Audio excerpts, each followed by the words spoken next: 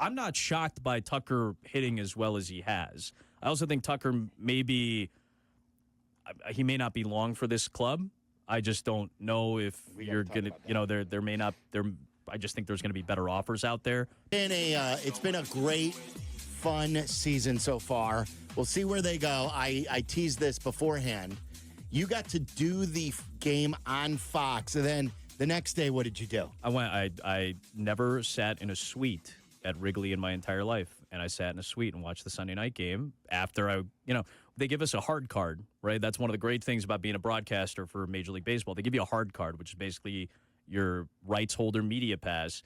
You can walk into any building, any Major League stadium. And sit in a suite anytime? Not in a suite, but like you can go up to the press room. You could sit in the standing room only area. You could walk around the ballpark. If there is an empty seat, you could probably just sit down. So it's like a golden ticket? It's not as cool looking as the golden ticket that that you've seen from some ex-players that they all get, but it's one of the best things around. So I got to go up to the press box where I just was, see Boog, because Boog was doing the Sunday night game here on ESPN Radio, see the Sunday night crew, see all the writers, some of the people that I didn't see on Saturday.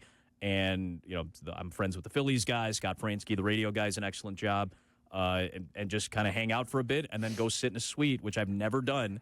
You guys know Wayne Randazzo, used to work at ESPN Radio, now the voice of the Angels and Apple TV Plus on the Friday night broadcast he came with. And we were both laughing like, we've sat in Harry Carey's chair. You were just in it yesterday, and neither one of us since the late 80s when we started to go into Wrigley Field have ever sat in a suite to watch a game, and I got to sit in a suite for the very first time. What are your early thoughts on this Cubs team? The bottom of the order, if they can keep this going, is going to be really good. Obviously, they need help at third base. I know they want Matt Shaw to get a couple hundred more plate appearances. Maybe, late summer he comes around.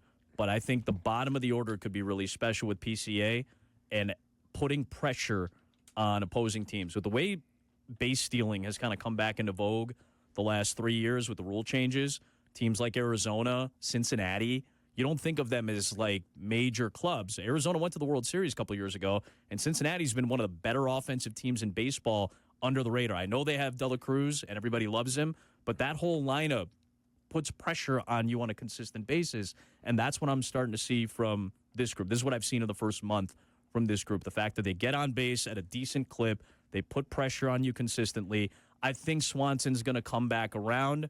Hap's going to do what he does, is get on base consistently. Tucker is the big bat right now that scares you. I still think they need another big bat to scare you, and whether that's through a trade, whether that's Michael Busch stepping up. I don't think Michael Busch is going to be a 35 home run bat or on pace to be that guy. You still need another big, scary bat in the middle of that lineup, because that's what the Dodgers and the Mets and the Phillies to an extent and the Padres, that's what they all have, and that's the teams. Those are the teams that you should be trying to level off against and compete with. But overall, pretty good to see the tools that this offense, this lineup has. They're 40-40. They have over 40 home runs and over 40 stolen bases so far this year, and you're 2001 Mariners. Yeah. They haven't had a team since a 116-win Mariner team that led the league in runs and stolen bases, and right now that's what the Cubs are doing. That's pretty good. Yeah. Who's been more valuable for the Cubs so far this year? I know it would seem crazy on the surface. Is it Tucker or is it PCA? I think it's PCA, because I'm not shocked by Tucker hitting as well as he has. I also think Tucker he may not be long for this club. I just don't know if you're going to, I just think there's going to be better offers out there based on track record, and maybe the Ricketts will surprise us. And if they do, great. That's awesome. I hope they do. I'm not shocked by Kyle Tucker hitting National League pitching well. I am really pleasantly surprised by not just the defense, because I knew he was a plus defender. I don't know if he's going to be this good, where he's eating up the amount of space that he eats up. His range is excellent. His arm is awesome. The adjustments that he made second half last year and in the offseason this year, just where his hands are, the quickness to the bat, and Counsell told us on Saturday too, he's just seen more pitches. He just gets more opportunities, and he's the type of kid that is a cumulative learner and picks stuff up as he goes further and further along in his career. So you'd like to think that when he does slump, he'll adjust quickly. But now that he's getting to this point where he's seeing a lot more consistently, he's getting 3, 4, 5 plate appearances every game. And for a Cubs team that scores a lot of runs, it's usually 4, sometimes 5. He seems like the type of player that you absolutely need as the season goes on, when you are not getting what you need from the top of your lineup, to still get on base and generate runs. Runs created. He's one of the better guys on this team in terms of runs created and runs created plus. His OPS is very, very good.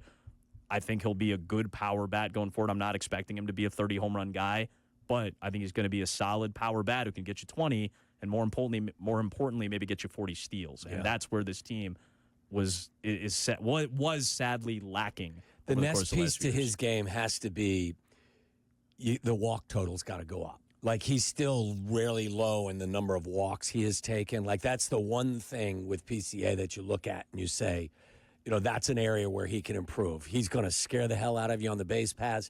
He's going to play center field as well as anybody in the league. He's got sneaky power like you're talking about. The on-base percentages, then he joins the elite guys. If you get him up to 38, 39% of the time he's getting on base, and league average is closer to 32, 31%, I think, if I'm not mistaken, last time I checked. So you get to 38, 39% of the time you're getting on base. Yeah.